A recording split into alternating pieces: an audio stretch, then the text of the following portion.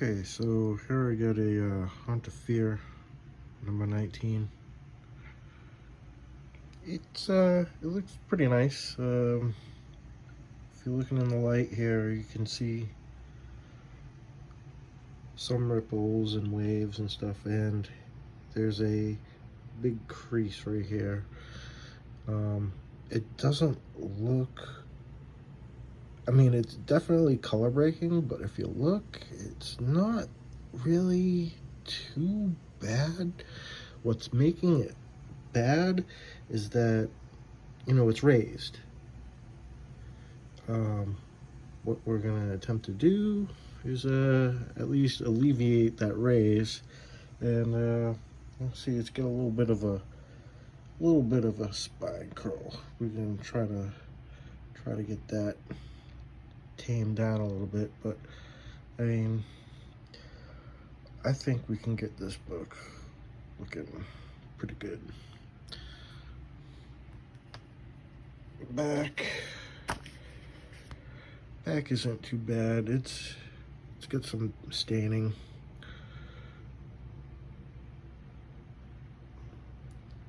We can try to clean it up a little bit.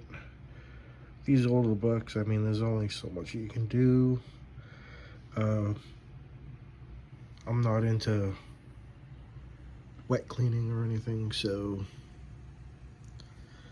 I'm not about that. So what I'm gonna do first is I'm gonna just take a cotton makeup remover, and I'm just gonna go through the book's cover and wipe it down.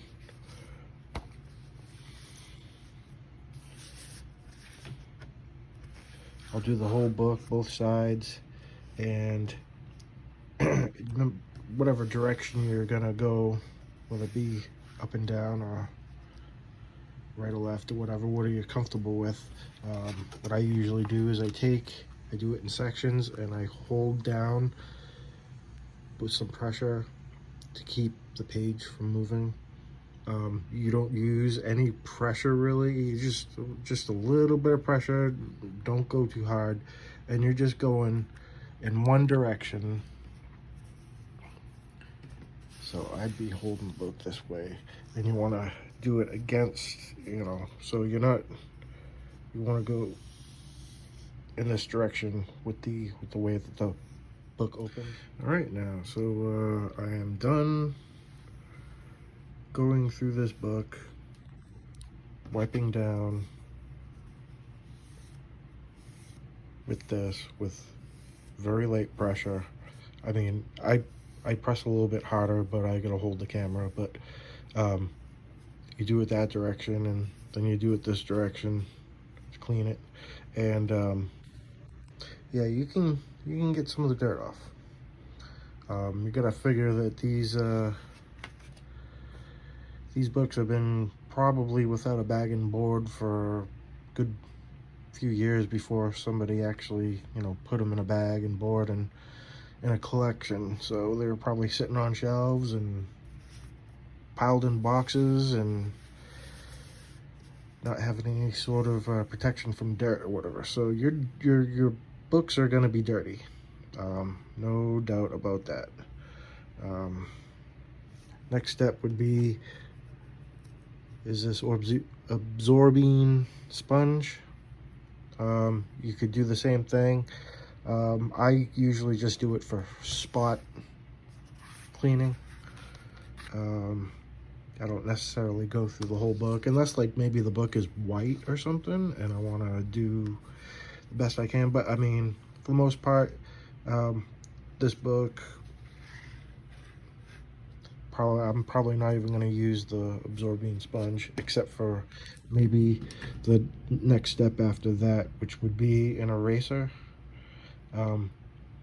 I'll just erase the white part. Don't do any of the colors, just whatever's white. Use the absorbing to like clean off the eraser, because it'll get dirty.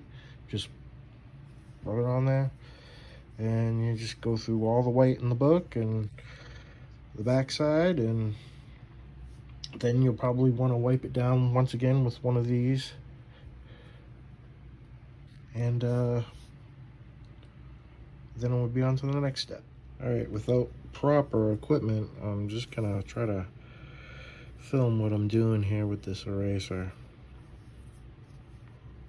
First, check the eraser. It's kind of dirty, so we'll take this absorbing and just wipe it on there like this.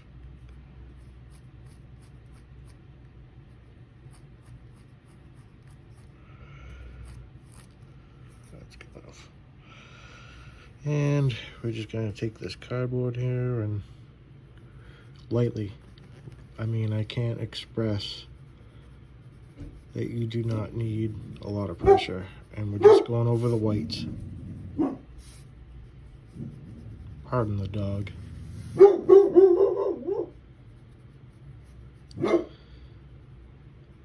But yeah, you're just going over the whites as light.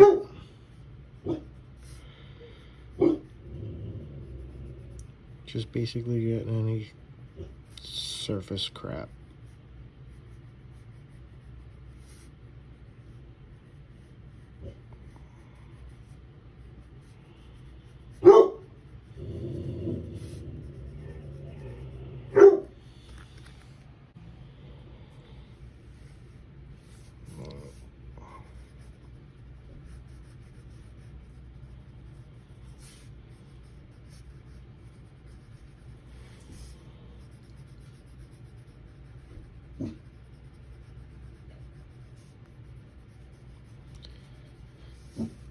One of the big reasons why I'm telling you to go light, because obviously you don't want to lift up any of the colored ink, is obviously you do not want to wrinkle the pages.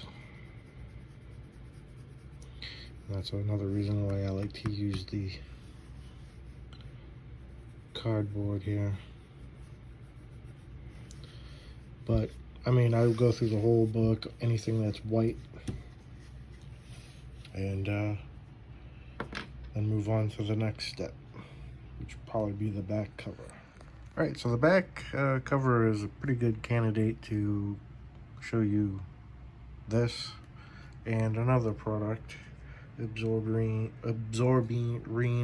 whatever how the hell you say it, paper and book cleaner. It smells like Play-Doh, kind of feels like Play-Doh, and you just mash it up, get it kind of warm. Okay, so after you get this warmed up in your hand, in the same fashion that you would use the cotton makeup remover pad, just rub it across. I mean, you might get these little specks on the book or whatever like that, but you just use a cotton pad to wipe them off, or I have, like a paintbrush. And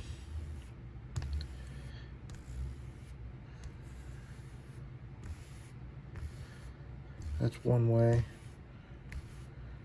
But we also got the pads. And like I said before, most of the time I only use this for like spot cleaning. But it's also good for like white back covers or whatever. But you got to be real careful with this stuff, because it's basically a rubber sponge and it grabs. So you want to go one direction, and when you come to the edges, be really careful. Go extra light when you come to the edges, because you don't want to tear off any pieces that might be loose. I mean, generally be okay coming to the edge if the edge is pretty solid, but these books they're kind of might have little edges, sharp edges that the rubber will grab, so be extra careful with that. Okay, well, the book is done being cleaned and will now be prepped for the pressing. Like I said before, we were going to try to get that fold there so it wasn't so raised. should smooth out. I mean, you might still see color break, especially around this part of the book, but it's not too bad. I think we can make this look a lot better. I get this thing all set up for being put into the press. I'm showing you guys this now because I'm going to take this all off and I'm going to set it up in the humidity chamber to loosen up the fibers. But I did want to show you guys the sandwich that I'm going to be making before I put this in the press. I mean, this is not just grabbing an iron like a laundry iron or something like that and pressing out the book, or just throwing it in the press, the t-shirt press that I have. But I got a piece of magazine board on the bottom with a piece of parchment paper. Then the book goes on, and then in the centerfold of the book I get another magazine board, so that's in the centerfold. Then you're coming to the other half of the book, so the top cover gets another piece of parchment paper and then another magazine backing board. And I'm gonna set it up and show you what it looks like right before it goes in the press. Okay, this is it, all ready to go. This is what it would be looked like when it gets put into the press. Okay, so this is what people would consider the scary part of the video. This is what we call a humidity chamber. This is going to introduce steam to the book and loosen up the fibers so we can put that book in the sandwich that we made with the cardboard and the parchment paper, and then it will go into the press. We're using distilled water, not regular tap water. Use distilled water. That way all the dirty particles or whatever and all that other stuff that you don't want in the water is already taken out, and it'll be nice and clean. And what I do is before I turn it on, I put this towel over it because I don't want any condensation from the lid to get onto the book. So it's just covered up like that. And what I'll do is I'll turn on the humidifier or the steamer and leave the book in there for about 3 minutes or so, and then I'll open it up and flip it over and put it in there for another 3 minutes, and that usually does pretty good. All right, so now it is all set. I got it all into the press now. Press is heated up. I just gotta put this Teflon on top of that, close it up. Okay, Teflon's on there.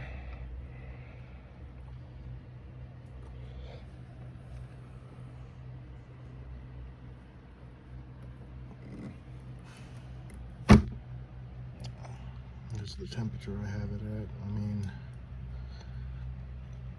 it's reading about 160 when I check the temperature with the thermometer. But anyways, that stays in there for about 15 minutes, and then flip it over, goes in for another 15, and then it sits. I shut it off and it sits in there for 24 hours. Okay, so here's the results of the press. The spine curl is gone. It's nice and flat now. The book is pretty smooth.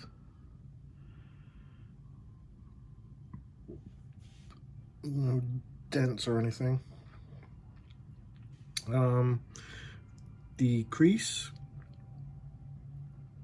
it's still there as we thought it would be, but it's not nearly as bad. Actually, the book looks really good now.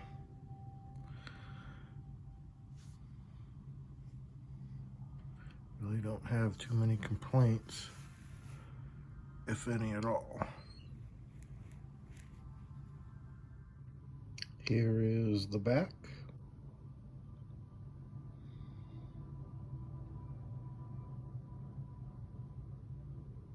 Looks real good. About as good as it's gonna get. Here's the book in a Mylar. And that will conclude the pressing tutorial, I guess you could call it, or whatever. Some of y'all just wanted to know the process, so I figured I'd make a video. Thanks for watching, and if you have any questions, if you wanted to press yourself and you want any advice or whatever, I'd be gladly to try to help. Just let me know. Thanks. Bye.